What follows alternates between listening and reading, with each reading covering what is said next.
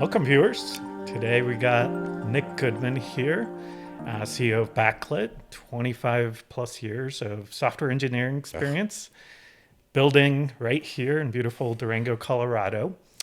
Today we're going to talk about AI. We're going to talk about how fast it's moving. We'll talk about where the technology is, risks that we have in the technology, and some aspects of the technology and how it applies to a company that's being built right here. That's great. I'm looking forward to it, Tom. This is great. Sweet. Well, in terms of AI, most people just know ChatGPT. Maybe they've used Gemini or Claude. Yep. But when we have these conversations about AI, you bring up this three-phase arc of AI. What is that all about? Yeah. Right now, if you're thinking that ChatGPT is sort of the edge of AI or what's going on in AI right now, you're sort of 3 years late, right? So there is this arc, there's this sort of progression. It started with generative, which is like the ChatGPT, right? You have the ability to sort of generate new things, summarize emails. It's a thing that basically it's sort of the core ingredient for a lot of this, of sort of the excitement and a lot of the new products that are coming out in AI. That was sort of the start. I think probably most of the viewers here are probably already familiar with those you mentioned and the other couple products. But then there's sort of this evolution towards agentic stuff, and I think probably people have seen lots of stuff about agents and what it can do. And then the last one is Identic, and that's where we're going to spend some time today, which is going to be great and fun. It's a great conversation.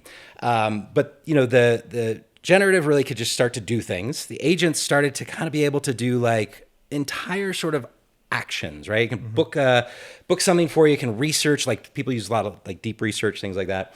And then the Identic, though, really is a fundamental shift where it goes from something that is kind of a generic, like, hey, I'm looking for this kind of a vacation. Can you book it for me?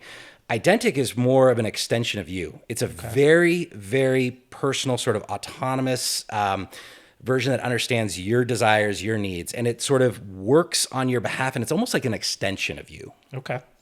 And how does that fit in people's lives? Like, how do you experience it differently? Yeah. Those three phases that you just talked about. Yeah. So the first two almost act as like a coworker that you're meeting for the first time every time. So like there's this great movie, Groundhog Day, where basically like he's replaying the same day over and over again. Yeah. And I think a lot of people have experienced this with using AI and like ChatGPT or Claude or whatever, where like every time you go, you're feeling like you're having to reintroduce, like you're having to sort of like kind of tell it a little bit more about what you're doing every single time. It doesn't really know you, right? It's sort of a generic, hey, I'm looking for an adventure vacation to Costa Rica. It's going to look a lot like the other person that asks for an adventure vacation to Costa Rica. It's not going to know about the preferences of your kids and how they like water slides at the park or whatever it might be. So Identic is really one where it almost like totally inverts the paradigm, where instead of it being agents that you operate that are more generalized, that are sort of, I want to say almost generic, right? They provide the same service for thousands of people, millions of people. Identic is different. It basically is focused on you. It understands your world. We have one phrase that we use a lot. If the AI doesn't know your sister-in-law's name, it has no chance of actually doing a good job of helping you plan a vacation with your your aunt, uncle, anybody in your family, right? If it can't understand basics about your thing. So Identic AI is really about trying to make sure that it understands you and is actually operating on your behalf instead of being a sort of a generic agent. So given how much Identic AI needs to know about you in order to operate, to kind of mimic you, how does trust and privacy play into that? Oh, it's huge, right? So, I mean, let's be honest, Tom. If a big tech giant owns your Identic AI, they kind of own a little piece of you, right? Because basically, it's going to be able to influence your decision. It's going to be able to influence even what you're thinking about, like the world that you're kind of just sort of asking the questions about. It's going to be subtle. Okay. I mean, I don't want to go dark, but like there's authors like Don Tapscott, who coined the term, who talks about things like surveillance capitalism, right? And how there's going to be subtle shifts where like you want to actually trust that the thing that's meant to have your best interests at heart isn't subtly actually like nudging you towards an outcome that might be something from like an advertiser or a partnership that they have. So I think the idea is like Identic AI, it has to be yours. It has to be something that really fundamentally is owned by you. And I've got more on that if we want to go deeper. So. Well, let's circle back on that, but Okay. let's talk about just general capabilities of AI. If we can kind of take a Yeah. wider view in terms of how intelligent it is. Yeah. So you hear a lot of individuals say like the modern era of AI gets it to the level of PhD Yeah. intelligence. But you always say that it's kind of like a smart 10-year-old. Yeah. Can you explain that? Yeah, yeah, absolutely. So, and I think this is apparent, like especially people who have used like these AI tools, right? There's a difference between smarts and judgment, right? And I think that a lot of times we're now conflating these two things, and a lot of companies are actually letting AI sort of loose, assuming that it has judgment, but really it just has smarts. So yes, it can totally an AI can definitely sort of solve a like PhD level physics problem, but it's easily tricked, right? Judgment sort of develops over time, right? Yeah. For children, and so yeah, that's why it feels like you're talking to somebody who has like PhD level knowledge of physics and dark matter and everything else, and still you can kind of entice it to do like things that it shouldn't, like give you bank details and things like that. So Got it. that's the big one. Is right now we have to sort of grapple in Identic AI with this sort of juxtaposition of like capability and judgment, and they're not the same things. And we at Backlit have a very strong opinion. Those are not the same things, and we treat them very differently. Okay. Well, you mentioned backlit. Let's go there. Yeah.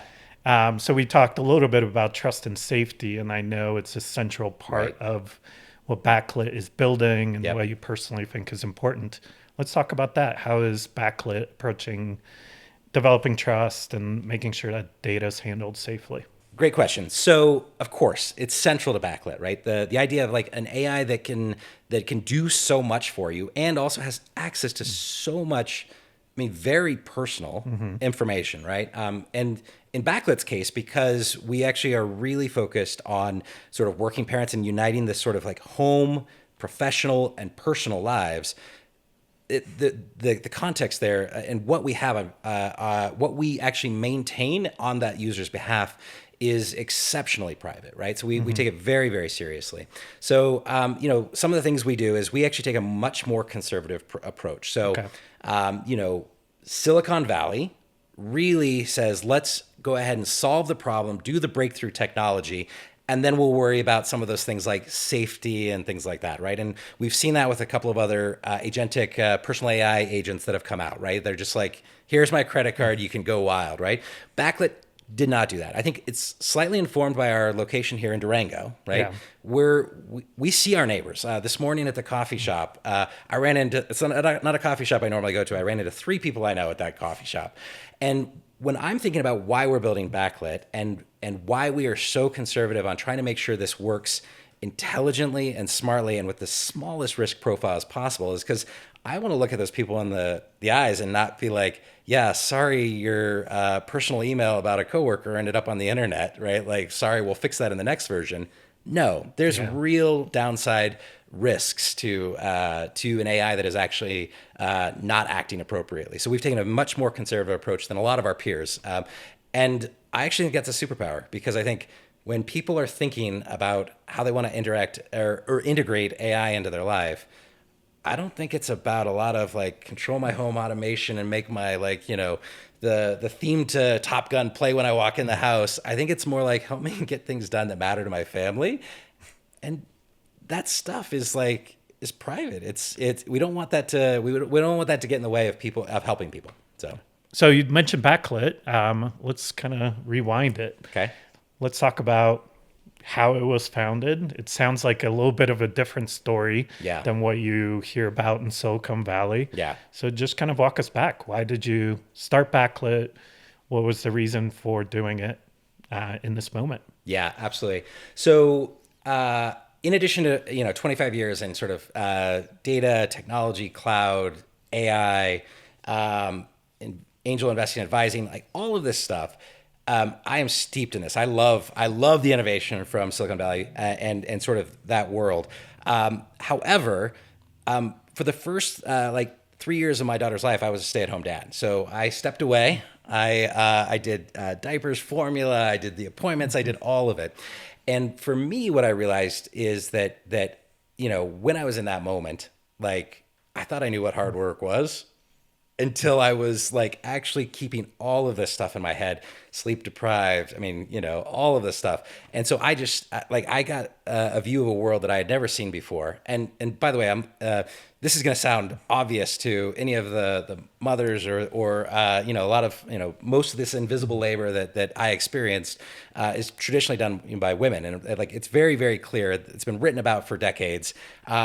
You get a firsthand experience with it. You can't unsee it. And so when I was looking at AI and what it could actually do for us, I think everyone was sort of chasing this sort of efficiency thing, right? Like I want to write more emails in a day. Help me find more pipeline. Help me generate more pieces of content to put on the internet, whatever it might be. But when I was looking at this, I was saying, gosh, like the ticker tape of things that go through all of our heads at night, like the things that we have to keep open, those tabs that we're keeping open in our brains, it just really is a sort of core fundamental difficulty with modern life and parenting and stuff. So for me, it was very personal. I remember the stress. I think everyone experiences it some way, working parents in particular. But I just decided AI is actually very, very good at proactively figuring those things out, helping you sort of be able to sort of draw out of that and be present with your kids, your spouse for that dinner, that evening, that activity. And so I think the idea is that I decided early on, I was like, everyone is trying to keep people on the, I don't want to say hamster wheel, but I mean, it feels like that, right? Where the to-do list never ends, right? The to-do list never ends. There's always something more. Yeah. So how do we kind of become comfortable with and having a system that actually helps us manage that, but without trying to keep pushing us? Like let's unplug, right? Let's let the system handle the minutia for us, and then we can actually be present with our family and our friends. Well, it's been great learning about Backlit, Yeah. your views in terms of where we are in the context of the broader AI landscape, and just super excited to see Backlit be developed and seeing it in people's hands and doing the things that we just talked about.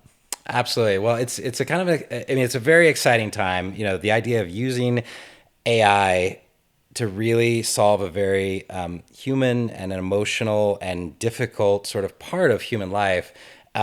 We feel so connected with. We're excited about how people have been responding to it. Like it's been everyone knows the moment when they dropped a ball or something, and so the idea that like AI can help in their day by day instead of being sort of something more esoteric, super super exciting. We're thrilled to be building it, and actually, honestly, we're also really thrilled to be building it here in Durango. Like Durango is this great little sort of microcosm of people doing really cool and interesting things. We're a small town, and it's fun to actually build something big and impactful in a small town. So we're thrilled to be building it here. We're thrilled with the response for it, and I'm excited for you to start using it.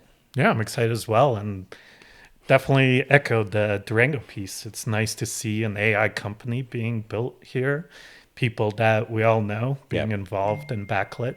Tom, thank you so much for the insightful questions. Obviously, you and I have talked a lot about a variety of topics, and so thank you for asking some really great questions. It was a really great conversation. Thanks. Yeah, it was fun. Yeah.